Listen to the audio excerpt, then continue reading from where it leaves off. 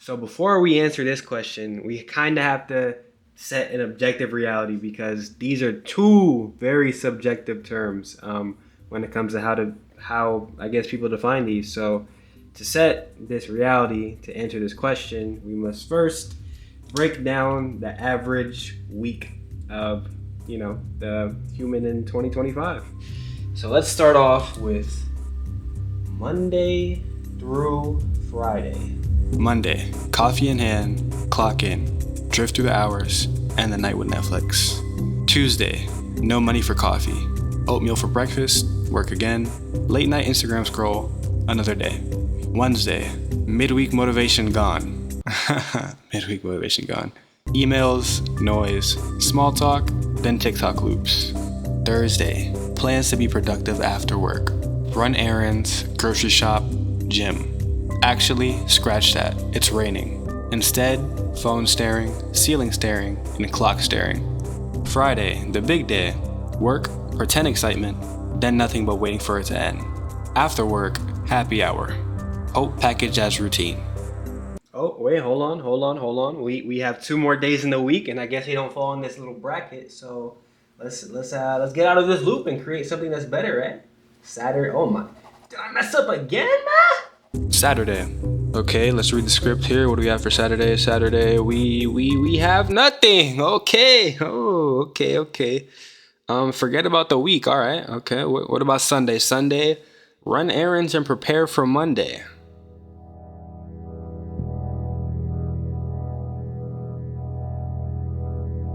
That's the loop that people call life. So some people chase money, some people chase purpose, some people chase moments, whether it be seconds, minutes, hours, or days. So to get into the minds of what these people define as happiness within this loop, I decided to go outside and ask them, what makes you happy in life?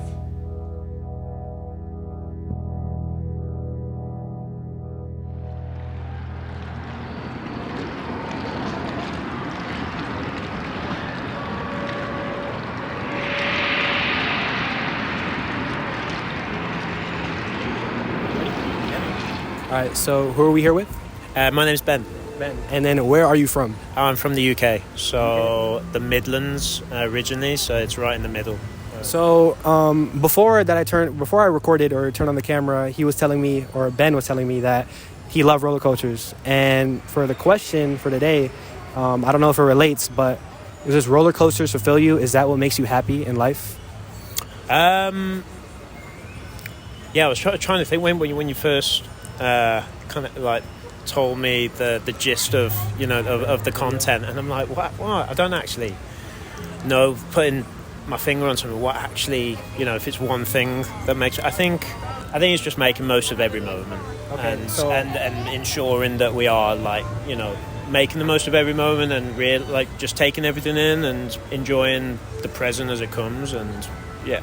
So would you say what makes you happy is a culmination of pieces rather than one piece? Because some people have something they pursue, whether it be painting, right? And they could do that for 10 years, 10 hours straight for a day. Has there ever been anything in your life that's been that thing? Like whether it be playing soccer or even something like playing a video game that you kind of strayed away from? Video games and music, I would say.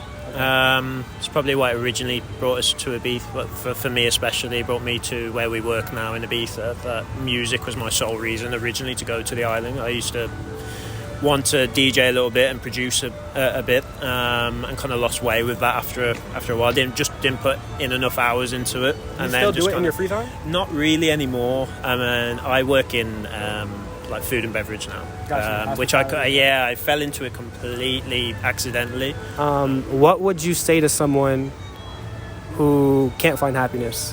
I think someone who's having a rough time, taking a step back, and if there's something that they're not happy with their daily, if it's job or they're not getting enough enjoyment out of the things they're doing, maybe just take a step back and just have a even do a mind map and be like, right, what do I enjoy? What do I get natural enjoyment from? Like mine would be like, right, I want to go to Orlando, ride some roller coasters. But that's not everyone. Yeah. Well, that's me, man. Just simplify it and go straight to the core of what's gonna, what do you even something that might not be even permanent. Like what do you want to do right now that'll give that you'd be happy to go and do, or like you'd be excited about, you know. And it's just rooting through different things. The same with jobs, man. Like, you know, I've never really known what I've wanted to do in my whole life, really. I've just kind of gone with it. Like I said, I fell into what I've been doing now for, 10 years. And it's rooting through different jobs that kind of gets you to a point where you're just like, you don't know what you want to do, but you don't know what's going to come your way as well. And I found something completely accidentally that I actually really quite like. Do you know what I mean? So try different things, and I think, try not to put too much pressure on it as well, and just try and, like we were saying earlier, just go with it. And you're going to find things that you don't like, but then you can cross that off, and then you can cross things off around That's that, good and you'll be thing, like, yeah. I know not to go near that stuff. I It's a know step. that, and then you can get nearer to what you actually like. Do you know what I mean? Now, you guys don't know me much on this channel, so this is kind of an introduction to, I guess you could say, who makes these videos and who is, I guess, a guy born in 2004. So yeah, I plan to just give you 3 activities that I guess I like to do, and basketball is one of them. So now I don't play seriously. I just like it because it stimulates my brain, and it's a de-stressor at the end of the day. I obviously love the cardio benefits. I'd rather do this than just go outside and run on the pavement, because it seems pretty mundane to just do that all the time. While there are certain benefits like mental fortitude that you get from just running outside from point A to point B, you can always get more out of just playing basketball on a court, because not only are you developing a skill, you're adding just a little bit of flavor to your character, and you're also talking to people on the court. But one of the drawbacks that it comes with is injury, and I sprained my ankles a lot. I've sprained each ankle like 30 times. So although I love playing basketball, it could be pretty rough, because you never know when you can get injured. What you think about that injury, bro? Injury was That was rough. grim. Probably dislocated it. That's happened to me before, so. He went to stand up, and it just went like this, bro. What you gotta say to the people, bro? So today's vlog, we went around and asked people what makes them happy in life, bro. Any messages you got for the kids? What makes me happy in life is God and family and friends, bro. Real. That's Real all I answer. need, bro. That's what's up. And just having people around me, What's up?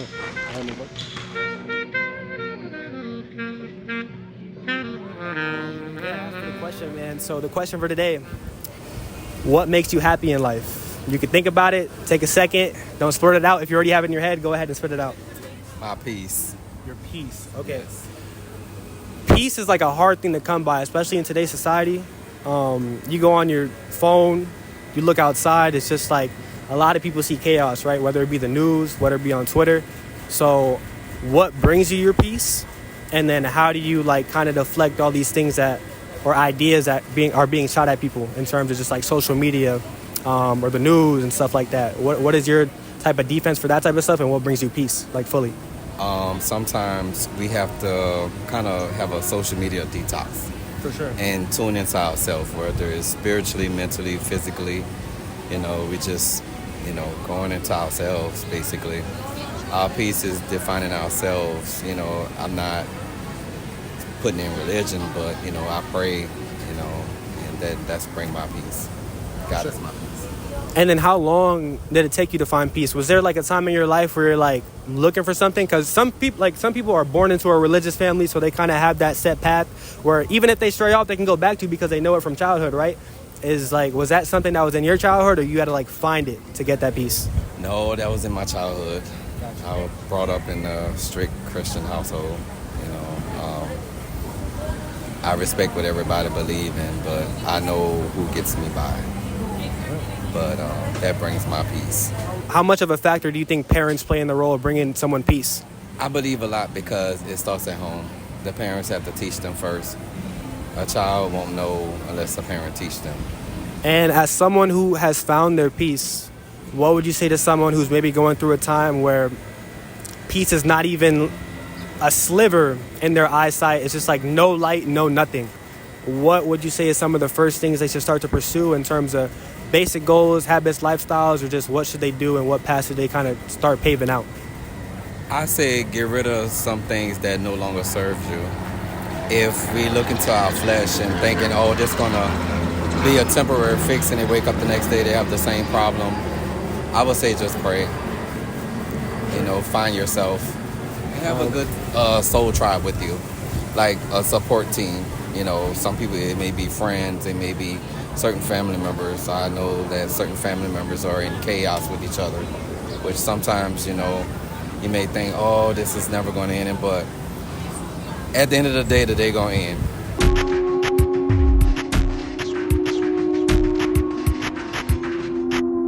All right, to make use of my time, I'm filming this voiceover outside of a Papa John's.